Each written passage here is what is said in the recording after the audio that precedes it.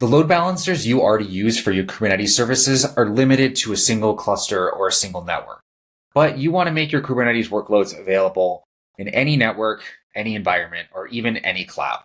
Endpoint pooling lets you distribute traffic among any number of Kubernetes clusters and the services running in them, no matter where they happen to be.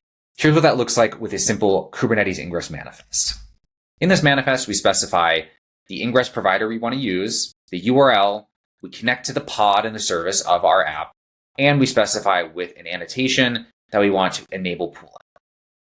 Then I can apply the same manifest to every cluster that I want to load balance between, regardless of where it is.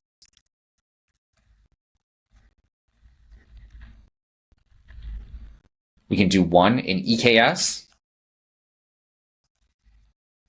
another in LKE,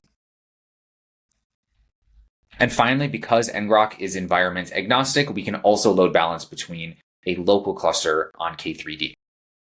So that's multi-network, multi-environment, and multi-cloud Kubernetes networking done and dusted in less than 2 minutes.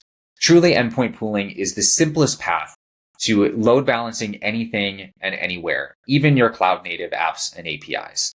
For more ways that you can use endpoint pooling with Kubernetes workloads, check out the description below for some links, and happy pooling.